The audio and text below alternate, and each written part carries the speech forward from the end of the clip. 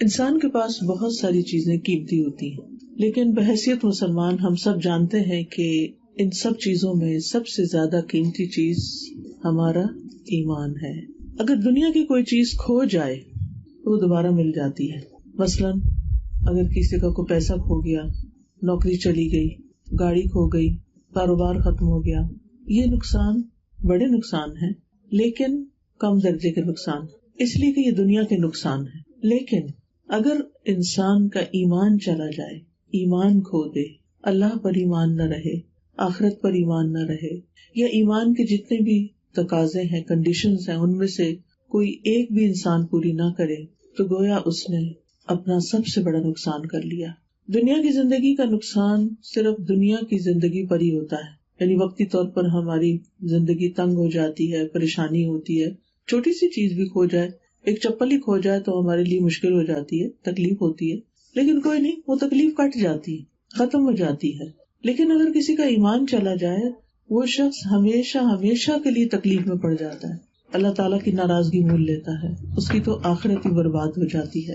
تو بہت ضروری ہے کہ ہم اس فتنوں کے دور میں اپنے ایمان کی حفاظت کریں۔ اس لیے بہت ضروری ہے کہ ہم فتنوں کے بارے میں جانیں بھی، اور جو موجودہ دور میں جو چیزیں ہو رہی ہیں ان کے بارے میں بھی ہمیں علم ہونا چاہیے، لیکن اس سے زیادہ ہمیں یہ علم ہونا چاہیے کہ ان سب فتنوں سے بچ کے کیسے رہنا ہے، ان میں اپنے ایمان کی کیسے حفاظت کرنی ہے۔ ابھی آپ لوگ صبح شام کی دعائیں پڑھ رہے تھے، تو اس میں نبی صلی اللہ علیہ وسلم نے ہمیں ایک دعا پڑھنے کے لیے کہا ہے، اللہم انی اسألک العفو والعافیۃ فی دینی و دنیای و اہلی و مالی۔ اے اللہ، میں تجھ سے معافی اور عافیت کا طلبگار ہوں اپنے دین اور دنیا میں اور اپنے اہل و عیال میں اور مال میں۔ تو آپ دیکھیں اس میں دین، دنیا، اہل اور مال، 4 چیزوں کا ذکر ہوا ہے۔ سب سے پہلے کس چیز کا ذکر ہوا ہے؟ دین کا ذکر ہوا ہے۔ تو اس سے یہ پتہ چلتا ہے کہ ہمارا دین ہمارے لیے ہماری دنیا سے بھی زیادہ قیمتی ہے، ہمارے گھر والوں سے بھی زیادہ قیمتی ہے، ہمارے مال سے بھی زیادہ قیمتی ہے۔ اگر ہم صبح شام یہ دعا پڑھتے ہیں اور ہر دن اللہ تعالیٰ سے دعا کرتے ہیں کہ وہ ہماری حفاظت کرے، تو انشاءاللہ اس میں سب سے پہلے دین یا ایمان کی حفاظت ہے، پھر دنیاوی کاموں کی اور چیزوں کی، باقی چیزیں بعد میں آتی ہیں۔ بات یہ ہے کہ برائی ہر دور میں رہی ہے، کرپشن ہر دور میں رہی ہے، خرابیاں ہر دور میں ہوتی رہی ہیں، قتل و غارت بھی ہر دور میں رہی ہے۔ قرآن مجید سے ہی ہمیں پتہ چلتا ہے کہ آدم علیہ السلام کے بیٹے قابیل نے حابیل کو قتل کر دیا تھا۔ تو اس سے اندازہ لگائے کہ آدم علیہ السلام پہلے انسان تھے اور وہ ان کے پہلے بچے تھے جن میں سے ایک نے دوسرے کو قتل کر دیا۔ پھر اس کے بعد ہم دیکھتے ہیں کہ حضرت نوح علیہ السلام کی اولاد میں سے ان کے بیٹے جو تھے وہ اپنے باپ کے طریقے پر نہیں تھے، بلکہ آخری وقت میں ان کو چھوڑ کے تھے، جس کے نتیجے میں وہ ڈوب گیا۔ پھر اسی طرح ہم بعد میں دیکھتے ہیں کہ یعقوب علیہ السلام کی اولاد میں، جن میں سے حضرت یوسف علیہ السلام بھی تھے، تو ان کے جو باقی بھائی تھے 11، ان میں سے کچھ نے، ایک تو بنیامین اپنے ہی بھائی تھے ان کے، اور باقی بھائیوں نے کس طرح ان کے خلاف پلاٹنگ کی اور کس طرح ان کو کنویں میں جا پھینکا، اور پھر کس طرح ان کی زندگی میں مشکلات آئیں۔ تو جیلسی ہو، قتل ہو، والدین کی نافرمانی ہو، یہ ساری چیزیں، یہ سارے گناہ، یہ سارے فتنے، جب سے انسان دنیا میں آیا ہے اس وقت سے یہ چیزیں انسان کے ساتھ لگی ہوئی ہیں۔ لیکن یہ یاد رکھیے کہ ہر آنے والا دور پچھلے دور سے زیادہ مشکل ہوتا ہے۔ رسول اللہ صلی اللہ علیہ وسلم نے فرمایا، حضرت انس کی روایت ہے، وہ کہتے ہیں کہ یقیناً تم پر جو دور بھی آتا ہے تو اس کے بعد آنے والا دور پہلے دور سے بدتر ہوگا۔ یہاں نبی صلی اللہ علیہ وسلم نے ایک حقیقت بیان کی، پھر صحابہ کو سکھایا، انہوں نے ان باتوں کو یاد کر لیا اور پھر نسل در نسل آگے پہنچایا، یہاں تک کہ یہ بات ہم تک پہنچی اور آج میں آپ سے شیئر کر رہی ہوں۔ کیا کہ ہمارے رسول نے ہمیں کیا بتایا کہ ہر آنے والا دور جو ہے وہ پچھلے دور سے زیادہ مشکل ہوگا۔ آپ نے فرمایا کہ جیسے جیسے وقت اور سال گزریں گے، آپ ماضی کی نسبت حال میں اور مستقبل میں زیادہ برائیوں اور فتنوں کا مشاہدہ کریں گے۔ اگر ہم دیکھیں کہ ہمارے بچپن کے جو حالات تھے ان میں جو مشکلات تھیں، آج کے بچوں کے چیلنجز اور مشکلات ان سے کئی گنا زیادہ بڑھ چکی ہیں۔ آج آپ دیکھیں کہ اسکولوں میں وہ پڑھنے کے لیے جاتے ہیں، میتھس اور انگلش سیکھنے کے لیے جاتے ہیں، لیکن اس کے ساتھ ان کو کیا کچھ سکھایا جا رہا ہے، اور سب سے بڑھ کر یہ کہ ان کے لیے اپنے ایمان کو بچانا مشکل ہو گیا ہے۔ کتنے ہی بچے جو دین پر ہوتے ہیں، جو ہی یونیورسٹی جاتے ہیں، جو ہی ان کو تھوڑا سا دنیا کا ایکسپوجر ہوتا ہے تو ماحول اور معاشرے کا ایسا اثر ہوتا ہے کہ بعض اوقات وہ اپنے ہی دین کو کوشچن کرنے لگتے ہیں اور اللہ سبحانہ تعالیٰ کی ذات پر شک کرنے لگتے ہیں، قرآن کے بارے میں شک کرنے لگتے ہیں اور اپنا ایمان کھو دیتے ہیں. یعنی جس تیزی کے ساتھ اس وقت یہ فتنہ پھیل رہا ہے، بچپن میں شاید ہم نے اس کا کبھی نام بھی نہیں سنا ہوگا، کیونکہ کوئی بڑا بھائی یا کوئی ماموں یا چچا یا خالو وہ جو ہے وہ انہوں نے دین ہی چھوڑ دیا ہے یا دین سے ہی باہر نکل گئے ہیں یا اپنا ایمان ہی کھو دیا ہے. دور دور ایسی باتیں پتہ چلتی تھی، لیکن اتنا عام نہیں تھا کہ جتنا آج کے دور میں عام ہو گیا ہے. اور جب ہمارے بچوں کے آگے بچے ہوں گے تو اللہ ہی رحم کرے کہ ان کا حال کیا ہوگا. تو بہرحال فتنے ہر دور میں رہے ہیں. فتنہ ہے کیا چیز؟ کس چیز کو ہم فتنہ کہیں گے؟ فتنہ ہر وہ چیز ہے، ہر وہ معاملہ ہے جو ہمیں اللہ تعالیٰ سے اور اللہ تعالیٰ کی اطاعت سے دور رکھتا ہے. یعنی ہمیں اللہ تعالیٰ کی عبادت نہیں کرنے دیتا یا ہمیں اللہ کی طرف نہیں جانے دیتا، چاہے وہ ہماری اولاد ہو، چاہے ہمارا مال ہو، چاہے ہمارے گھر ہو، چاہے ہماری کوئی اور انٹرسٹ کی چیزیں ہوں. جو بھی چیز ہمیں اللہ تعالیٰ سے دور کرتی ہے وہ ہمارے لیے فتنہ ہے. قرآن مجید میں اللہ تعالیٰ فرماتے ہیں وَاعْلَمُوا أَنَّمَا أَمْوَالُكُمْ وَأَوْلَادُكُمْ فِتْنَةٌ وَاللَّهُ عِندَهُ أَجْرٌ عَظِيمٌ. جان لو کہ تمہارے مال اور تمہاری اولاد فتنہ ہے اور اللہ کے پاس بہت بڑا اجر ہے. یعنی اگر تم ان کے اندر رہتے ہوئے بھی اللہ والے بن گئے، اللہ کی عبادت کرنے والے، اللہ کی اطاعت کرنے والے، تو انشاءاللہ ایسے دور میں یعنی جو جتنی مشکل سے اللہ کی عبادت کرتا ہے، اللہ تعالیٰ کی اطاعت کرتا ہے، اس کا اتنا ہی بڑا اجر و ثواب ہوتا ہے. تو بہرحال یہ بات یاد رکھنے کی ہے، لکھ لینے کی ہے کہ ہر وہ معاملہ جو ہماری ایمان میں خلل ڈالتا ہے، ہماری ایمان کو کمزور کرتا ہے، جو ہمارے اور ہمارے رب کے درمیان تعلق کو کمزور کرتا ہے، وہ چیز دراصل ہمارے لیے فتنہ ہے. اور جو ایسے فتنوں سے بچ جائے وہی دراصل خوش نصیب ہے. مقداد بن اسود ایک صحابی ہیں، وہ رسول اللہ صلی اللہ علیہ وسلم سے روایت کرتے ہیں.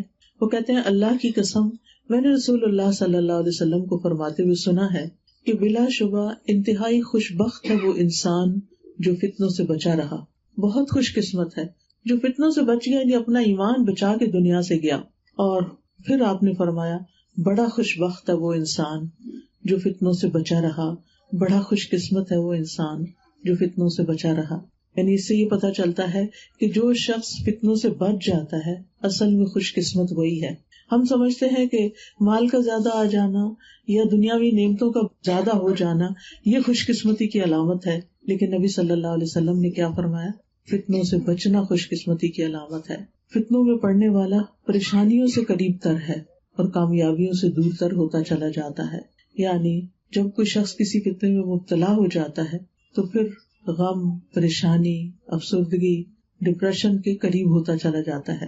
اسی لیے آپ نے فرمایا کہ ان السعید لمن جنب الفتن. اس لیے بہت ضروری ہے کہ ہم یہ جانیں کہ فتنوں سے کیسے بچیں. یہاں نبی صلی اللہ علیہ وسلم نے جنب کا لفظ استعمال کیا. جنب کہتے پہلو کو، یعنی اپنا پہلو بچایا ہوا ہو، اس سے دور تر ہوں.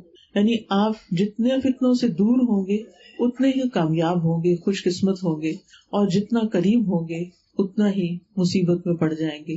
غم اور دکھ اور پریشانیاں بڑھتی چلی جائیں گی. پھر یہاں یہ بھی یاد رہے کہ انسان فتنوں میں ایک دم نہیں پڑ جاتا، سٹیپ بائی سٹیپ، مرحلہ وار پڑتا ہے. ابو ہریرہ کہتے ہیں کہ رسول اللہ صلی اللہ علیہ وسلم نے فرمایا ان قریب ایسے فتنے رونما ہوں گے کہ ان میں بیٹھ جانے والا کھڑے ہونے والے سے بہتر ہوگا، کھڑا ہونے والا چلنے والے سے بہتر ہوگا، چلنے والا دوڑنے والے سے بہتر ہوگا.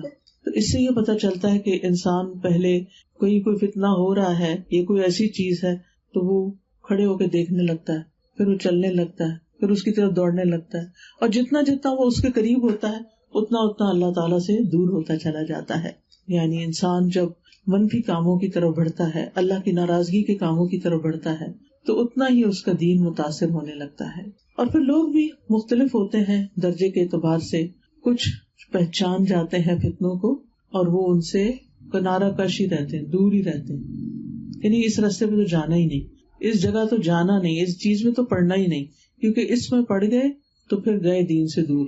اور پھر آپ دیکھیے کہ آج کے دور میں، جس دور میں ہم رہ رہے ہیں، اس میں بہت سارے فتنے ہیں جن میں سے نمبر 1 مال کا فتنہ ہے. ابو ہریرہ کہتے ہیں کہ نبی صلی اللہ علیہ وسلم نے فرمایا لوگوں پر ایک وقت ایسا آئے گا جب آدمی کو اس کی کچھ پرواہ نہ رہے گی کہ مال حلال طریقے سے کمایا یا حرام طریقے سے. اس کی حرص و حوث کیا ہوگی؟ بس کہ کسی طرح مال آ جائے اور زیادہ سے زیادہ آ جائے. وہ یہ نہیں سوچے گا کہ حلال ہے کہ حرام ہے، اس کی پرواہ نہیں.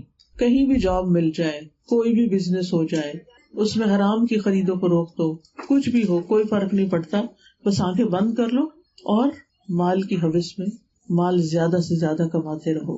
آج آپ دیکھیں کہ بہت سارے لوگ اسی فتنے کا شکار ہیں اور اس کے نتائج بھی بڑے بھیانک ہیں. حقیقت حدیث میں آتا ہے قیامت کے دن انسان کے قدم حشر کے میدان سے ہل بھی نہیں سکیں گے جب تک کہ وہ 5 چیزوں کا جواب نہ دے دے. ان میں سے پہلا سوال جو ہے مال کے بارے میں ہوگا کہ وہ کہاں سے کمایا اور کہاں خرچ کیا، آیا کہاں سے اور گیا کہاں پر. یہ ہم میں سے ہر ایک سے یہ سوال ہونے والا ہے. لہٰذا ہمیں اپنی سورس آف انکم کو ضرور دیکھنا چاہیے، اور اگر اس میں حرام شامل ہو رہا ہے تو اس سے ابھی وقت ہے دنیا میں کہ یہیں پر توبہ کر لیں اور اس سے بچ جائیں. پھر اسی طرح آپ دیکھیے کہ بعض اوقات لوگ پرواہ نہیں کرتے دوسروں کا حق مارنے میں، دھوکے سے دوسروں کی جائیداد پہ قبضہ کر لیتے ہیں، یتیم بچوں کی جائیداد پہ، بہنوں کی جائیداد پہ، ان کو ادھر ادھر کی بات کر کے تو ان کا حق مار دیتے ہیں. پھر اسی طرح مال کمانے کے حرام ذرائع میں پڑے ہوئے ہیں، جیسے مختلف ایسی ویڈیوز بنا کے یا ایسی چیزیں بنا کے مال کمانا کہ جس میں غلط انفارمیشن ہو یا حرام چیزیں دکھائی جا رہی ہوں یا لوگوں کو غلط رستہ دکھایا جا رہا ہو. پھر اسی طرح سود کی کمائی ہے، جوا کھیلنا ہے، حرام چیزیں بیچنا جیسے شیشہ بیچنا یا ویپ یا اسی طرح کی شراب بیچنا، کوئی بھی ایسی حرام جس چیز کو کنزیوم کرنے سے منع کیا گیا ہے اس چیز کو بیچنا. تو یہ چیزیں بیچ کر عموماً جو مال کمایا جاتا ہے وہ مال حرام کا مال ہوتا ہے. اور جب انسان کی زندگی میں حرام داخل ہو جاتا ہے تو پھر انسان جو کھا رہا ہے وہ بھی حرام، جو پی رہا ہے وہ بھی حرام، جو پہن رہا ہے وہ بھی حرام، اور جو کچھ اس مال سے وہ کر رہا ہے وہ سب بھی حرام ہو جاتا ہے. آپ اگر اپنی گاڑی میں بیٹھتے ہیں اور اس گاڑی میں وہ پٹرول اس پیسے سے ڈلتا ہے تو جہاں پر آپ جاتے ہیں وہ سفر آپ کا حرام. تو مومن تو حرام سے بھی بچتا ہے اور حرام کی ملاوٹ سے بھی بچتا ہے. بعض لوگ کہتے ہیں کہ نہیں سب کچھ حلال ہے، بس ایک آدھ آئٹم رکھا ہوا. نہیں، اس کو بھی نہیں رکھنا کیونکہ وہ حرام ہے، اور جب حرام میں انسان پڑ جاتا ہے تو پھر اس کی کوئی لمٹ نہیں رہتی. تو کامیاب اور خوش قسمت ہے وہ مومن جو حرام سے بچ جاتا ہے، جس کو اس بات کا دھیان ہوتا ہے کہ مجھے ایسا کام نہیں کرنا اس دنیا میں کہ جس سے مجھے آگے پریشانی ہو، جس کی وجہ سے مجھے اپنی قبر میں پریشانی ہو، مجھے آخرت میں اللہ تعالیٰ کے سامنے شرمندگی ہو. کیونکہ سوال اللہ تعالیٰ نہیں کرنا ہے کہ کہاں سے کمایا تھا، کیا کمایا تھا اور پھر کہاں خرچ کیا. اور پھر آپ دیکھیے کہ انسان کی نفسیات ایسی ہے کہ اس کے اندر مال کی بڑی ہرس ہوتی ہے، وہ کہیں رکتا نہیں، ایک بزنس کے بعد دوسرا، دوسرے کے بعد تیسرا، اور یہ پرواہ کیے بغیر کہ وہ حلال سے ہے یا حرام سے ہے.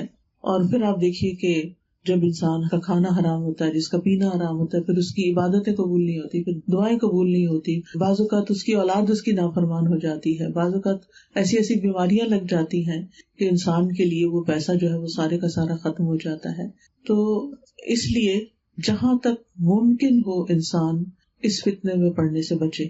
پھر اسی طرح ایک اور فتنہ ہے پاور کا فتنہ، قیادت کا فتنہ، لیڈرشپ کا، اور اس کے لیے غلط سلط طریقوں میں مبتلا ہو جانا، ایک دوسرے پہ الزام لگانا، دوسرے کو نیچا دکھانا.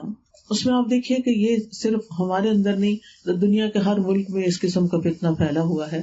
اور خاص طور پر بیک ہوم آپ کو معلوم ہے کہ قیادت کا شوق اور قیادت کے پیچھے کس قدر ملک کو تباہ کر دیا گیا ہے، اور غریب عوام کا حال کیا ہو رہا ہے، صرف اس لیے کہ ایک شخص پاور میں آتا ہے تو وہ دوسرے کو گرانے لگتا ہے، جب دوسرا آ جاتا ہے تو وہ پہلے کو گرانے لگتا ہے. یعنی بجائے اس کے کہ جو بھی پاور میں ہے وہ عوام کی بھلائی کے لیے کوئی کام کرے یا ان کی خدمت کرے. کیونکہ حدیث میں آتا ہے سید القوم خادمہ، کہ قوم کا جو سردار ہوتا ہے وہ ان کا خادم ہوتا ہے. یعنی کسی بھی انسان کو جب کسی کام کے لیے سلیکٹ کر لیا جاتا ہے، ایک چھوٹی سی بھی آرگنائزیشن کے لیے یا کسی حکومت کے لیے، تو پھر اس کا کام یہ ہوتا ہے کہ وہ لوگوں کی بھلائی کے کام کرے، لوگوں کو سرو کرے. لیکن افسوس کے ساتھ کہنا پڑتا ہے کہ بہت سے لوگوں کا صرف یہ شوق ہوتا ہے کہ وہ بڑے بن جائیں، کنٹرول کریں لوگوں کو، پاور کا نشہ ہوتا ہے ان کو، لیکن جن کے ذمہ دار وہ بنائے جاتے ہیں ان کی فلاح و بہبود کے کام نہیں ہوتے۔ شیطان نے اس فتنے کو بھی بہت خوشنما بنا کے لوگوں کو اس میں مبتلا کر دیا ہے۔ اور پھر آپ دیکھیے کہ اس میں سوشل میڈیا جو ہے اس کی وجہ سے بہت سی خرابیاں پھیل رہی ہیں۔ پہلے آپ دیکھیں کہ جب انسان یعنی کوئی بڑا بننا چاہتا تھا، کوئی لیڈر بننا چاہتا تھا تو اس کو محنت کرنی پڑتی تھی، پڑھنا پڑتا تھا۔ لیکن آج کے دور میں آپ دیکھیں کہ مثال کے طور پر فیس بک کے اوپر یا سوشل میڈیا پر جو انفلوئنسرز ہیں وہ بعض اوقات ایسی چیزیں لوگوں کے سامنے پیش کرتے ہیں کہ جن میں کوئی سچائی نہیں ہوتی، دھوکہ ہی دھوکہ ہوتا ہے، یا اتنی بعض اوقات اخلاق سے گری ہوئی حرکتیں کرتے ہیں کہ جس کی وجہ سے بعض اوقات ملینز میں ان کے فالوورز بن جاتے ہیں۔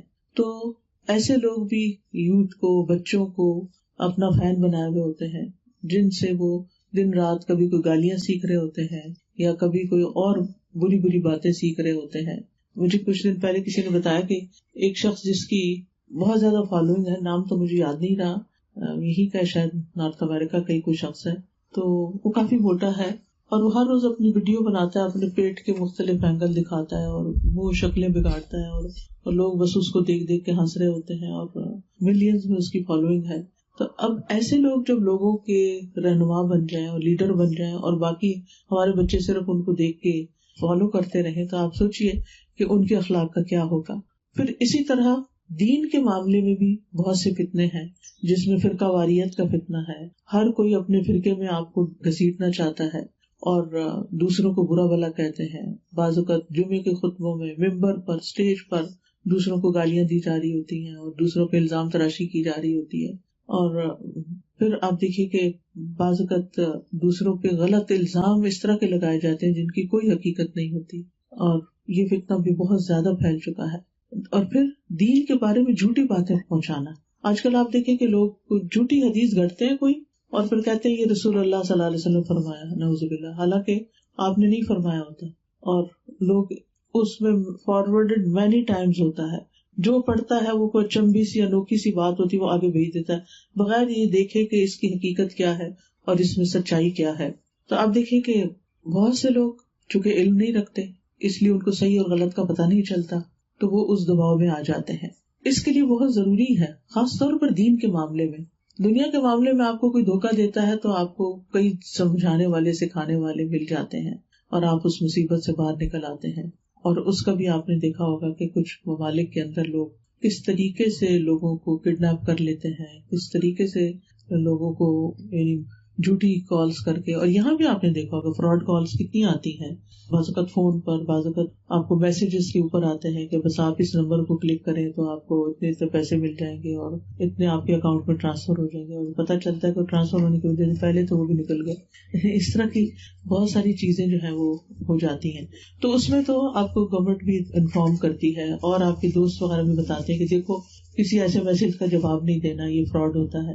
لیکن دین کے معاملے میں جب ہماری لا علمی ہوتی ہے اور لوگ ہمیں مس لیڈ کرتے ہیں، ہم نے نہ قرآن کا ترجمہ پڑھا ہوتا ہے، نہ حدیث پڑھی ہوتی ہے، ہمیں صحیح اور غلط کا پتہ ہی نہیں ہوتا، لہٰذا ہمیں جو کوئی کچھ بتاتا ہے ہم اسی کے پیچھے چل پڑتے ہیں، اور اس میں بہت سی ایسی چیزیں ہوتی ہیں جن کا حقیقت سے کوئی تعلق نہیں ہوتا۔ اب مثال کے طور پر ہمیں قرآن یہ بتاتا ہے کہ نماز قائم کرو، کچھ لوگ کہتے ہیں کہ یہ عوام کے لیے ہوتی ہے، خواص کے لیے نہیں ہے، کوئی اور بہانہ کر کے نمازوں سے اپنے آپ کو دور کر لیتا ہے، اللہ بڑا غفور الرحیم ہے۔ اور اسی طرح کی یعنی ایک اصل دین ہے جو قرآن اور سنت میں ملتا ہے، اور ایک اس کے پیرل لوگوں نے اپنے خیالات سے اور اپنی کنوینئنس سے الگ سے دین بنایا ہوا ہے، اور بہت سے لوگ اس میں اس لیے جا پڑتے ہیں، مثلاً یہ کہ ہم نے فلاں بزرگ کے ہاتھ میں بیعت کر لی ہے، بس وہ ہمیں جنت میں لے جائے گا۔ اب اس نے کہا ہے کہ تمہیں نمازوں کی ضرورت نہیں ہے، تم مثلاً اتنا فنڈ جمع کر لو یا فلاں کام کر لو، یعنی دین کو بھی کاروبار بنانے کا ذریعہ بنایا ہوا۔ تو بہرحال اس میں بھی انسان کو بچنے کے لیے بہت ضروری ہے کہ وہ صحیح اور مستند دین کا علم حاصل کرے، اور پھر یہ دیکھیں کہ آپ وہ دین بھی کہاں سے سیکھ رہے ہیں، کیونکہ جب تک ہم خود سیکھیں گے نہیں لوگ ہمیں مس لیڈ کرتے رہیں گے۔ خود قرآن کا ترجمے اور تفسیر کے ساتھ پڑھنا جو ہے وہ بہت ضروری ہے تاکہ پتہ چلے کہ اللہ تعالیٰ نے کیا فرمایا ہے، اور اچھے استاد کی تلاش ہونی چاہیے کہ جس سے آپ سیکھ سکیں۔ اسی طرح حدیث کا علم ہونا چاہیے اور دیگر بھی جو صحابہ کرام کی زندگیوں کے بارے میں. پھر اسی طرح آج کے دور میں ایک اور فتنہ جو ہے وہ عورت کا فتنہ ہے. عورت کے فتنے سے کیا مراد ہے کہ عورت کو ہر جگہ استعمال کیا جا رہا ہے. اب جیسے آپ دیکھیے بعض اوقات بل بورڈز پہ، ایڈورٹیزمنٹ پہ، بعض اوقات پیورلی ایسی چیزیں ہوتی ہیں جن کا تعلق مردوں سے ہوتا ہے لیکن وہاں بھی عورت بٹھائی ہوئی ہوتی ہے. پھر اسی طرح آپ دیکھیے کہ سوشل میڈیا کی وجہ سے یہ فتنہ اور بھی زیادہ ہو گیا ہے. پہلے ایسے ہوتا تھا کہ ایسی خواتین جو اپنے آپ کو بیچتی تھی وہ کسی بازار میں بیٹھی ہوتی تھی اور مخصوص قسم کے لوگ منہ چھپا کے وہاں جاتے تھے. لیکن اب آپ دیکھیں کتنی زیادہ ایڈورٹیزمنٹ ایسی چیزوں کی ہوتی ہے کہ جس میں بعض اوقات بالکل نیکڈ خواتین اور نیکڈ جو ایسی ویڈیوز ہوتی ہیں. تو پچھلے دنوں ایک خاتون نے ذکر کیا کہ ان کی یعنی کہ شادی ہوئی، ہسبینڈ اچھے بھلے تھے لیکن پھر ان کو فحش اور ننگی فلمیں دیکھنے کا شوق لگ گیا. اب وہ کیا ہوتا ہے کہ جب اول تو رات کو دیر سے آتے ہیں اور جب آتے ہیں تو بس وہ منہ موڑ کے میرے سے اور اپنے فون کے اوپر صرف ایسی فضول ویڈیوز دیکھتے رہتے ہیں، ننگی عورتیں اور فحش لباس، اور پھر دیکھتے دیکھتے جب نیند آتی ہے تو موبائل رکھ کے سو جاتے ہیں. نہ اللہ کا ذکر، نہ بیوی کا حق، نہ بچوں کی خبر، نہ کسی اور چیز کی.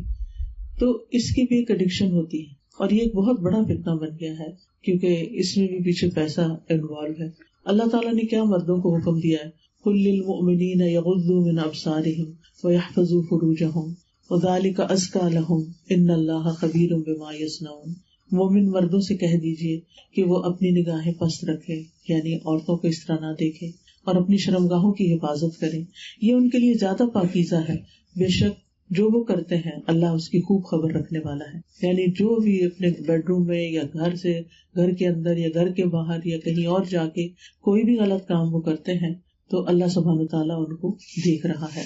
پھر اسی طرح آپ دیکھیے کہ عام لوگ اگر فحش چیزیں نہیں بھی دیکھتے تو فون پہ اسکرولنگ، ہر وقت کچھ نہ کچھ اسکرول کر رہے ہیں، دیکھ رہے ہیں. بعض اوقات آپ دیکھیے کہ کچھ چیزیں تو ضرورت ہوتی ہیں ہمیں امیزون سے لینے کی، لیکن بعض اوقات ضرورت نہیں بھی تو صرف یہ دیکھتے رہتے ہیں اور کیا کیا آ چکا ہے. حالانکہ اچھی بڑی زندگی گزر رہی ہوتی ہے، جو ہمارے پاس یوٹینسلز ہیں، جو ہمارے گھر کی چیزیں ہیں، ان سے کام چل رہا ہوتا ہے. ایسا نہیں کہ ہمیں کوئی اور بہت سی، ہاں اگر حقیقی ضرورت ہے تو وہ انسان جا کے جو چیز چاہیے وہیں پر جائے اور جا کے وہاں سے لے کر آ جائے. لیکن ابھی ایک ریسنٹلی ایک اسٹڈی ہوئی ہے جس کے مطابق ایک ایوریج انسان دن میں 90 میٹر اسکرول کرتا ہے. 90 میٹر یعنی فون کے اوپر اپنی مختلف چیزوں کو دیکھتا چلا جاتا ہے. اب یہ 90 میٹر اگر آپ قرآن پڑھیں یعنی صفحات کو 90 میٹر میں، تو آپ تو دن کا ایک قرآن ختم کر دیں. لیکن کتنے لوگ ہیں کہ جو قرآن پڑھنے کے لیے، تلاوت کرنے کے لیے ان کے پاس وقت ہی نہیں. وقت کیوں نہیں ہے؟ کیونکہ وقت کچھ اور چیزیں پڑھنے میں اور دیکھنے میں ہر وقت گزر رہا ہے. لیکن انسان یہ بھول جاتا ہے کہ جب بھی انسان ایک حرام چیز کو دیکھتا ہے، غلط چیز کو دیکھتا ہے، تو اس کے دل پہ ایک سیاہ نقطہ لگ جاتا ہے. اور اگر وہ انسان استغفار نہیں کرتا، توبہ نہیں کرتا، اللہ سے معافی نہیں مانگتا، تو وہ پھر ایک اور گناہ کرتا ہے تو وہ پھر ایک اور نقطہ لگ جاتا ہے اور پھر وہ آہستہ آہستہ دل سیاہ ہونے لگتا ہے. جب دل سیاہ ہو جاتا ہے تو یہ ایسا ہی ہے جیسے کسی عضو کو جسم کے پورے کینسر نے پوری طرح گھیر لیا ہو اور پھر بچنے کی کوئی امید نہ ہو اور کوئی دوائی اس پہ کارگر نہ ہو.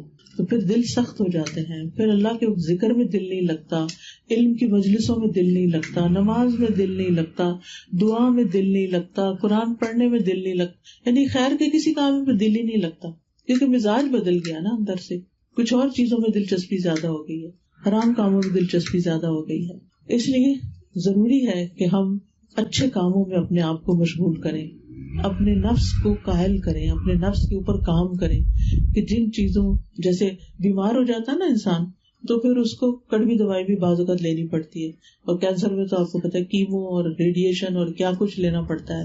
تو جب جا کے اور بعض اوقات تو وہ لے کر بھی کوئی فائدہ نہیں ہوتا. لیکن انسان کیوں لیتا ہے؟ کہ اس کی زندگی بچ جائے. تو اسی طرح انسان جب نفس نہیں مانتا نماز پڑھنے کو، تو جب انسان اس کو کڑوی دوا دے گا، یعنی نہیں بھی دل چاہ رہا پھر بھی نماز کی طرف لے کے جائے گا، قرآن پڑھنے کو دل نہیں چاہ رہا پھر بھی پڑھائے گا، کسی کلاس کو جوائن کرنے کو دل نہیں چاہ رہا پھر بھی انسان بس چلو چلی ہی جاتی ہوں، تو آپ دیکھیں گے کہ اس سے آپ کے اندر پھر آہستہ آہستہ وہ چیزیں پینیٹریٹ کرنا شروع ہوگی، حتیٰ کہ ایک وقت آئے گا کہ آپ نماز میں، قرآن میں ایک لذت محسوس کریں گے اور اس کے بغیر آپ اپنے آپ کو خالی محسوس کریں گے. لیکن اس کے لیے ابتدا میں ہر قدم رکھنا مشکل ہوتا ہے. جیسے بچے ہوتے ہیں نا، چلنا شروع کرتے ہیں تو گرتے ہیں، پڑتے ہیں، چلنا نہیں آتا، بیلنس نہیں رہتا، ایسے ہی ہوتا ہے. لیکن جب انسان پھر کرنے لگتا ہے تو پھر انسان کو نماز میں خشوع و خضوع بھی آ جاتا ہے اور یعنی ساری نیکیوں کو دل بھی چاہتا ہے. اچھا، ایک اور چیز یہ ہے کہ پہلے زمانے میں فتنے ہوتے تھے وہ گھروں سے باہر ہوتے تھے، گھر کے اندر نہیں ہوتے تھے. ہر ایک کے اپنے گھر کا اپنا ایک اصول ہوتا تھا کہ گھر میں ہم نے یہ کرنا ہے، اس گھر میں یہ نہیں چلے گا. باپ کا ایک روب ہوتا تھا، اگر بچے کو غلط چیز لے کے بھی آتے تھے تو نکلوا دیتے تھے یا کہتے تھے کہ ایسا نہیں ہو سکتا. لیکن اب یہ ہے کہ بغیر اجازت کی چیزیں ہمارے گھروں میں ہمارے گیجٹس کے ذریعے داخل ہو چکی ہے اور گھروں کے گھر ان فتنوں کی لپیٹ میں آ چکے ہیں. اور بعض اوقات بعض بچے جو ہیں پڑھائی سے منہ موڑ جاتے ہیں، اچھے بھلے ذہین بہت کچھ کر سکتے ہیں، لیکن ان چیزوں کے اندر پڑھ کے اپنا قیمتی وقت ضائع کر دیتے ہیں. تو کیا ہم ان چیزوں کو نظر انداز کر دیں یا اس کے بارے میں آنکھیں بند کر لیں کہ بس ٹھیک ہے جو ہوتا ہے ہوتا رہے، یا پھر ہمیں کچھ کرنے کی ضرورت ہے؟ بات یہ کہ ہم نے یہاں اس دنیا میں ہمیشہ تو رہنا نہیں. آپ میں سے میرا نہیں خیال کہ کوئی بھی ایک اس بات کا دعویٰ کرے کہ ہم نے یہاں رہنا ہے. جب جانا ہے تو پھر سوچنا ہے کہ کہاں جانا ہے. یہاں کے بعد تو اگلی منزل قبر ہی ہے نا. تو آپ سوچیے کہ قبر تنہائی کا گھر ہے، قبر کیڑوں کا گھر ہے. قبر کی رات کیسی ہوگی کہ جس میں بالکل اندھیرا اور اکیلے اور بالکل ویرانے میں، چاہے گھر کے اندر بھی کوئی قبر بنا لے تو تب بھی اکیلا تو زمین کے اندر ہے نا. آج ہم زمین کے اوپر ہیں، کل ہم زمین کے اندر ہوں گے، جس سے کوئی فرار ہی نہیں ہے نا. جب موت آتی ہے تو ہم میں سے کوئی سرکشی نہیں کرتا میں نہیں مرنا چاہتا، جاؤ تم یہاں سے. آج اگر ہمیں کوئی کہے کہ چلو قرآن پڑھتے ہیں تو ہم بچوں کو اگر آپ کہیں تو وہ ایک دم نہ کر دیتے، نہیں ہمارے پاس ٹائم نہیں ہے، آپ ہر وقت ہمارے پیچھے نہ پڑے، آپ روز روز یہ باتیں نہ کیا کریں. لیکن جو موت آتی ہے تو کوئی بھی آگے سے کچھ نہیں کر سکتا. بڑے سے بڑے جوان کو اور بڑے سے بڑے انسان کو موت ایسے اس کے اوپر اوور پاور کر جاتی ہے کہ وہ آگے سے کوئی کھسک بھی نہیں سکتا. پھر انسان کی روح جب چلی جاتی ہے تو پھر اس کے بعد تو زمین ہی اس کو سنبھالتی ہے، زمین میں اس کو دبایا جاتا ہے. تو اس زمین میں ہم نے جانا ہے. پھر اس کے بعد ایک دن اٹھنا بھی ہے، یہ بھی ہمارے ایمان کا حصہ ہے. قیامت آنی ہے اور ہم نے اٹھنا ہے، اور پھر اٹھنے کے بعد ہم نے اپنے اعمال کا حساب دینا ہے، ہم نے اللہ کو جواب دینا ہے. کیا ہم وہاں کہہ سکتے تھے کہ نہیں مجھے نہیں فرصت ملی کہ میں دیکھوں کہ بچے کیا کر رہے ہیں، مجھے نہیں وقت ملا کہ میں آپ کی کتاب پڑھتی؟ کیا ایسی باتوں سے گزارا ہو جائے گا؟ کوئی بہانہ اور عذر چلے گا؟ نہیں. سب سے پہلا سوال کس چیز کا ہوگا؟ نماز کا ہوگا. اور اگر ہم دنیا میں نماز سے غافل ہوں یا تاخیر کر کر کے پڑھیں یا پڑھیں ہی نہ، تو آپ سوچئے کہ پھر وہاں کیا جواب دیں گے، وہاں کہاں سے لائیں گے؟ کیا کوئی بہن بھائی کام آئے گا؟ کیا کوئی رشتے دار، کوئی دوست، کوئی مال و دولت، کوئی ڈگری، کوئی اسٹیٹس، کوئی دنیاوی محلات، کوئی چیز بھی کام نہیں آئے گی، کوئی بھی ساتھ نہیں دے گا. تو اس لیے بہت ضروری ہے کہ ہم اس بات کو سوچیں کہ ہم تنہا پیدا ہوئے تھے، اکیلے آئے تھے دنیا میں، اکیلے ہی واپس جانا ہے. ہمیں اپنے ساتھ وہ چیز رکھنی ہے جو کام آئے گی، اور وہ ہے ہمارے عمل. عمل کے لیے علم کی ضرورت ہوتی ہے. پہلا سٹیپ علم حاصل کرنا ہوتا ہے. لہٰذا آج جب یہاں سے اٹھے تو ضرور اس بات کا تہیہ کر لیں کہ کچھ نہ کچھ آپ نے اپنے دین کے علم کو بڑھانے کے لیے ضرور سوچنا ہے. اگر ایک دفعہ قرآن پڑھ چکے ہیں تو کافی نہیں، اسے دوبارہ پڑھنے کی ضرورت ہے، کیونکہ یہ ہماری لائف لائن ہے، یہ پاور ہاؤس کی طرح ہے. اگر ہم اس سے کٹ جائیں گے تو ہماری پاور، ایمان کی پاور اور قوت ختم ہونا شروع ہو جائے گی. لہٰذا کسی نہ کسی ایسی چیز سے اپنے آپ کو جوڑ کے رکھے، باندھ کے رکھے. الحمدللہ ادارے بھی موجود ہیں، ٹیچرز بھی موجود ہیں، اور آن لائن بھی بہت کچھ موجود ہے. یعنی ہمارے پاس اب ایکسکیوز کوئی نہیں رہا، ہم کچھ نہ کچھ کر سکتے ہیں. ہم اپنے دن کا 1 گھنٹہ نکال کے اپنے گھر میں بیٹھ کے کر سکتے ہیں، مسجد میں جا کے کر سکتے ہیں، کسی ادارے میں جا کے کر سکتے ہیں کہ ہم اپنے علم کو بڑھائیں اور اس کو زیادہ کریں. پھر آج کے دور میں ایک اور فتنہ آ گیا ہے، اپنی جنس بدلنے کا فتنہ، کہ اپنے آپ کو یعنی جو ہم ہیں اس پہ راضی نہیں. پہلے تو صرف یہ ہوتا تھا کہ اپنی ناک پہ راضی نہیں تو ناک کی سرجری کروا لیتے تھے لوگ، یا اپنے لپس پہ راضی نہیں تو بوٹاکس کرا لیے، کچھ اور یعنی جس چیز پہ راضی نہیں وہ پارشلی اپنے کوئی سامنے ظاہر کے اعضاء کو چینج کروا لیا. لیکن اب آپ دیکھیں کہ اس وقت تو اپنے آپ کو پورے کا پورا ہی بدلنے کی باتیں ہو رہی، اور اس کے لیے لوگوں کے پاس مواقع بھی بہت ہیں. تو آپ خود سوچئے کہ پھر نسل انسانی کا کیا ہوگا کہ اگر ہم اللہ کی تخلیق پہ راضی نہیں، جو اللہ نے ہمیں بنایا ہم اسی کو ایکسپٹ نہ کریں. اس کے بارے میں ہمارے بچے کیا سوچتے ہیں ہمیں پتا ہونا چاہیے. ہمیں باخبر ہونا چاہیے، ان کی نگرانی کی ضرورت ہے، کیونکہ اب ہم اپنے بچوں سے محبت کا اظہار کیسے کرتے ہیں؟ ان کو آئی پیڈ لے کے دے کے، ان کو ڈیسک ٹاپ لے کے یا لیپ ٹاپ لے کے دے کے، آئی فون لے کے دے کہ اب یہ لگتا ہے جیسے ان کے لیے ضرورت ہوگی، پھر اس پر وہ کیا کرتے ہیں دن رات، اس کی ہمیں نہیں خبر ہوتی۔ کیا ہم سے حساب نہیں ہوگا؟ کیا ہم سے پوچھا نہیں جائے گا کہ ہم ہی ان کو ان فتنوں میں ڈالنے والے ہیں؟ لیکن اس کے بعد ہم نے خود ان کو ٹائم نہیں دیا، ہم نے ان کے سوالوں کے جواب نہیں دیے، ہم نے ان کو اللہ تعالیٰ کی پہچان نہیں کرائی، ہم نے ان کو جزا سزا کے بارے میں نہیں بتایا۔ وہ تو معصوم ہے، اگر آپ نہیں اس کے لیے انتظام کریں گے تو پھر وہ خود کہاں سے کریں گے؟ یہ تو ماں باپ کا فرض بنتا ہے نا۔ جیسے اللہ تعالیٰ فرماتے ہیں یا ایھا الذین آمنوا قوا انفسکم واہلیکم نارا، اے لوگو جو ایمان لائے ہو اپنے آپ کو اور اپنے گھر والوں کو آگ سے بچاؤ۔ اس آگ سے بچانا تو پھر والدین کا فرض بنتا ہے۔ تو بات یہ ہے کہ ہمیں فتنوں کے بارے میں معلوم بھی ہونا چاہیے، ان سے بچنا بھی چاہیے، کیونکہ ان میں پڑنے کا نتیجہ دنیا میں بھی نقصان کا ہے۔ آج آپ دیکھیں کہ اجتماعی طور پر جب قومیں جس فتنے میں پڑ جاتی ہیں، پھر اس کے بعد ایسی ایسی چیزیں سامنے آتی ہیں کہ انسان پریشان ہو جاتا ہے۔ مثال کے طور پر وائلڈ فائر ہے، اس وقت آپ دیکھیں، آج ہی بتا رہے تھے کہ جو البرٹا میں آگ لگی ہوئی ہے، آؤٹ آف کنٹرول ہو رہی ہے، وہ کہتے ہیں ہم کچھ بھی نہیں کر سکتے سوائے اس کے کہ اللہ تعالیٰ بارش بھیج دے، اور اس کا دھواں وہاں سے یہاں تک پہنچا ہے، جس کی وجہ سے آپ کو معلوم ہی ہوگا کہ الرٹ ہے کہ آج یہ اس دھوئیں کی وجہ سے فضا میں ہیزینس ہے۔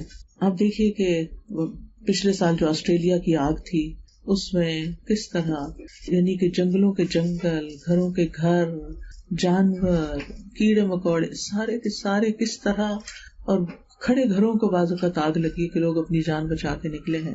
تو اللہ سبحانہ تعالیٰ سے پناہ مانگنی چاہیے، لیکن اس سے پہلے ہمیں اپنے اعمال کا جائزہ لینا چاہیے کہ ہم کہیں ایسی نافرمانیوں کا شکار تو نہیں۔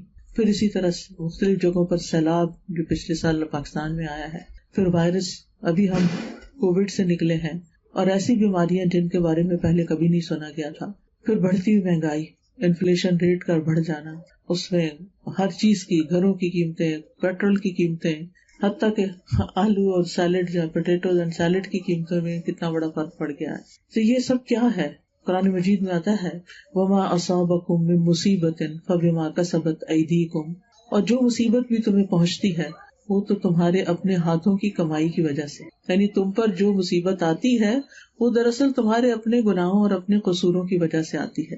اور سورۃ روم میں اللہ تعالیٰ فرماتے ہیں لِيُذِيقَهُم بَعْضَ الَّذِي عَمِلُوا، تاکہ اللہ ان کو ان کے بعض اعمال کا مزہ چکھائے، وَلَعَلَّهُمْ يَرْجِعُونَ، شاید کہ وہ پلٹ پڑیں، شاید کہ وہ اپنے گناہ چھوڑ دیں، یعنی جو فساد انہوں نے پھیلایا ہے اور جو برائی وہ عام کر رہے ہیں، وہ جب تکلیف آئے اور پریشانی آئے تو شاید وہ واپس پلٹے۔ تو اس سے پتہ چلتا ہے کہ مومن کے لیے ایسی آفات جو ہوتی ہیں وہ خیر کا باعث بنتی ہے۔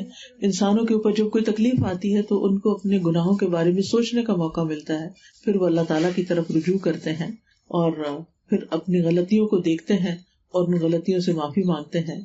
تو بہرحال ہم سب کو اپنے اپنے دلوں کا جائزہ لینا چاہیے، کیونکہ جب انسان فتنے میں پڑتا ہے تو سب سے پہلے یہ کہ اس کا دل ہی مردہ ہو جاتا ہے، یعنی کسی چیز میں دل نہیں لگتا، کوئی چیز اچھی نہیں لگتی، کوئی چیز خوش نہیں کرتی، بے حسی سی طاری ہو جاتی ہے، کسی کی پرواہ نہیں رہتی، اور انسان صرف اپنی چند پسند کی چیزوں میں پناہ گاہ ڈھونڈتا ہے۔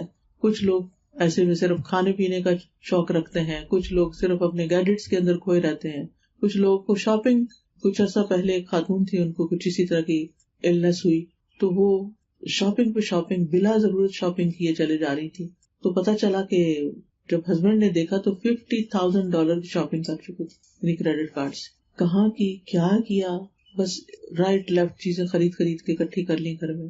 تو یعنی کہ کیوں؟ تاکہ ان کو شاپنگ سے خوشی ہوتی تھی۔ یعنی کچھ لوگ ہوتے ہیں نا، ان کو نشہ کر کے ہوتی ہے، تو یہ بھی ایک ایڈکشن بن جاتی ہے۔ تو اس طرح کی بہت ساری خرابیاں انسان کے اندر پیدا ہو جاتی ہیں جب انسان کا دل مردہ ہوتا ہے۔ اور اس کی علامت کیا ہوتی ہے؟